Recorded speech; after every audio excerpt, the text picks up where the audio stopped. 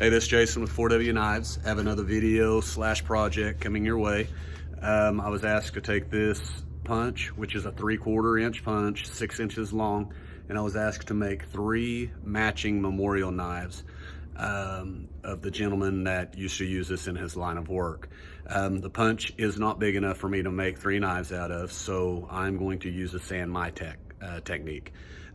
San Mai meaning 3 layers. So I'm going to stretch this out, get it out about 1 inch wide and as long as I can, and then I will use these layers as the outside layers, and I'll use some high carbon steel for the inside layers. I think with combining the high carbon in it, I should have enough to stretch it out. Knife that I'm going to make, or the knives I'm going to make, is going to be this utility knife. I've done this before in another video and it didn't get a whole lot of views, but I really thought this was a good opportunity just to show that even though this isn't ideal for a knife, it would probably hold an edge, but it's not ideal. You can make a knife out of anything, as long as you find the right process to do it.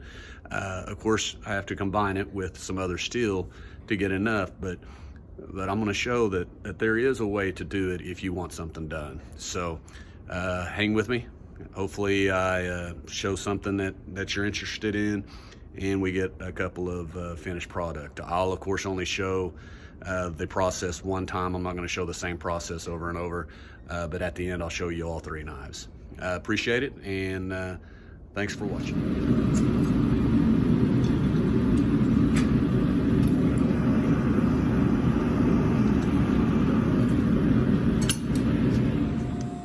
The log splitter press and the roller mill make pretty quick work of the punch and get it down to a good workable size.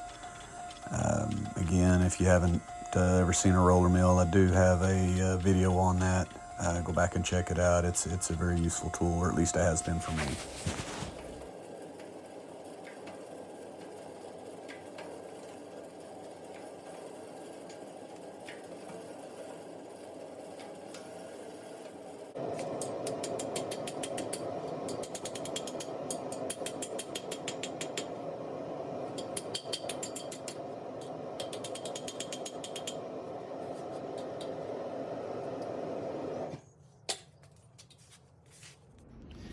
Okay, I've cleaned up the outside pieces as well as my core, which is going to be 1080.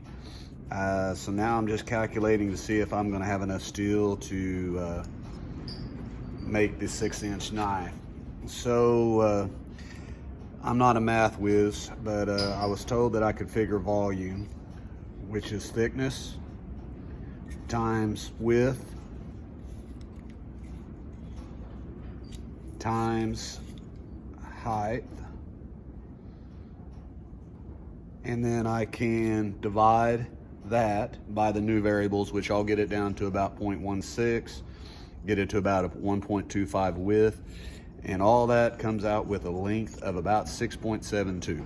Now there's waste, there's everything else when you're dealing with forge welding, so that is just a guesstimate, but I think that leaves me about 3/4 of an inch to play with.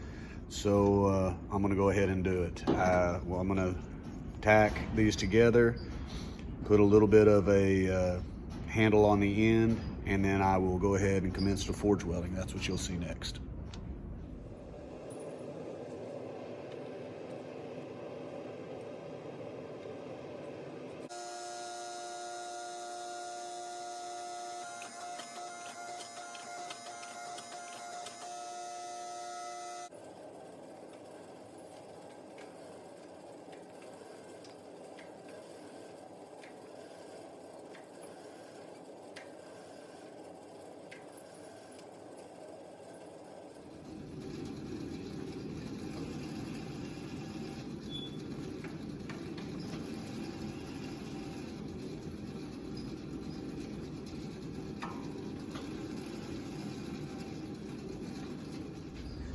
All right, I have all 3 billets done. It appears that I got a good forge weld.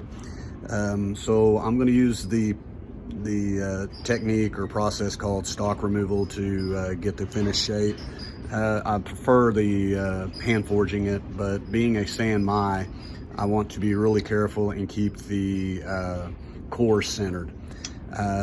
If I had extra material and it wasn't a big deal, I would go ahead and work on my technique and try to get it where I keep it centered and I hammer in the bevels. But if I mess up on this, I can't make the knife, and I don't want to have to go, I'm not able to go back and get another punch. I need to make sure I utilize the one that I've got.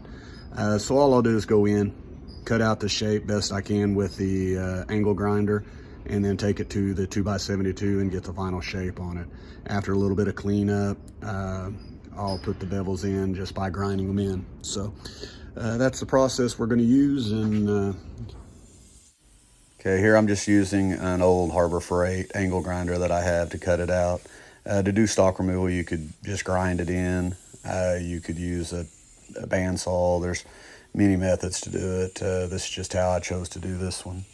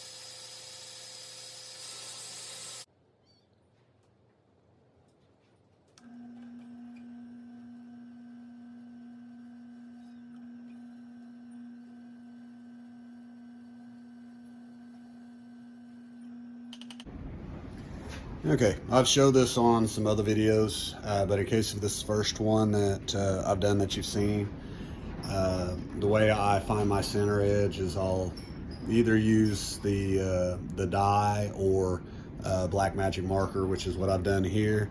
And then I bought this little tool from Jantz, and it's just got a little bitty point to it. It's adjustable. I find the center of it and scribe a line. Go from both sides,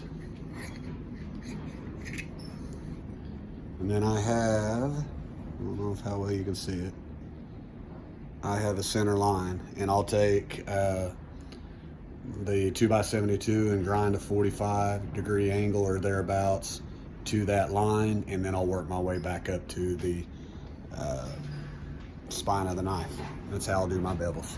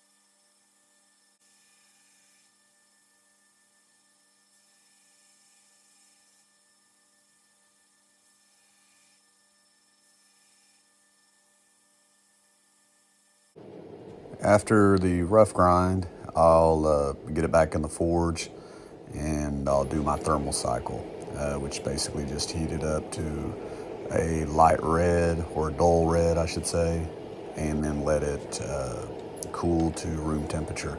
Do that 3 times, then I heat it up to critical temps and I quench it. Unfortunately, I did not catch the quench.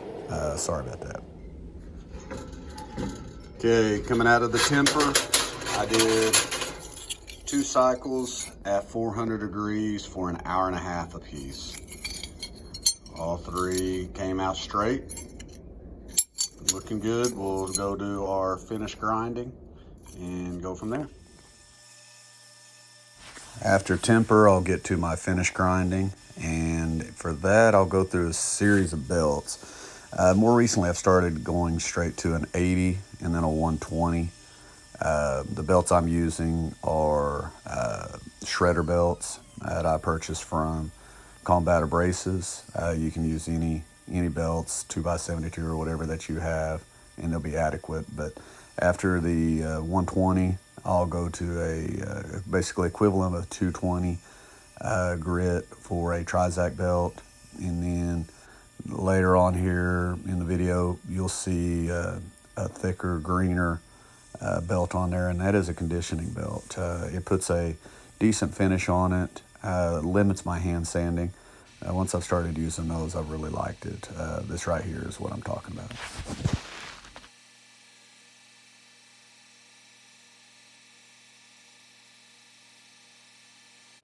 All right, after finished grinding, I'll get to the fit up for the scales. As you see, I'm using walnut. Walnut's one of my favorite to work with. It works well, looks pretty good once you get it finished, and it's durable. Here I'm just using masking tape to hold it to the knife to get my pinholes drilled.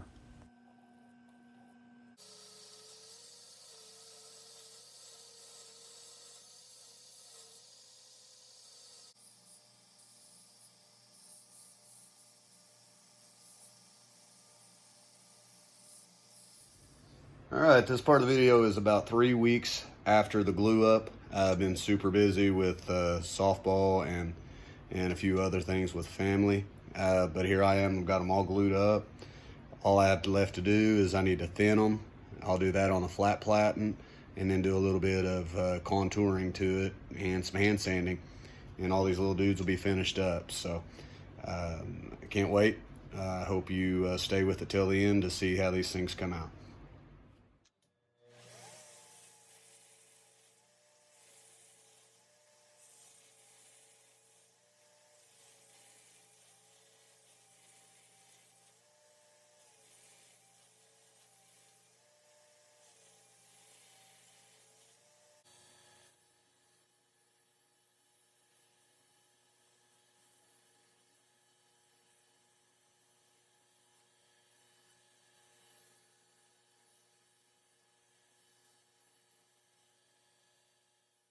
All right, after a whole bunch of hand sanding, a little bit of linseed oil and some buffing, I got the handles all finished up and the knives done. I did the leather work myself.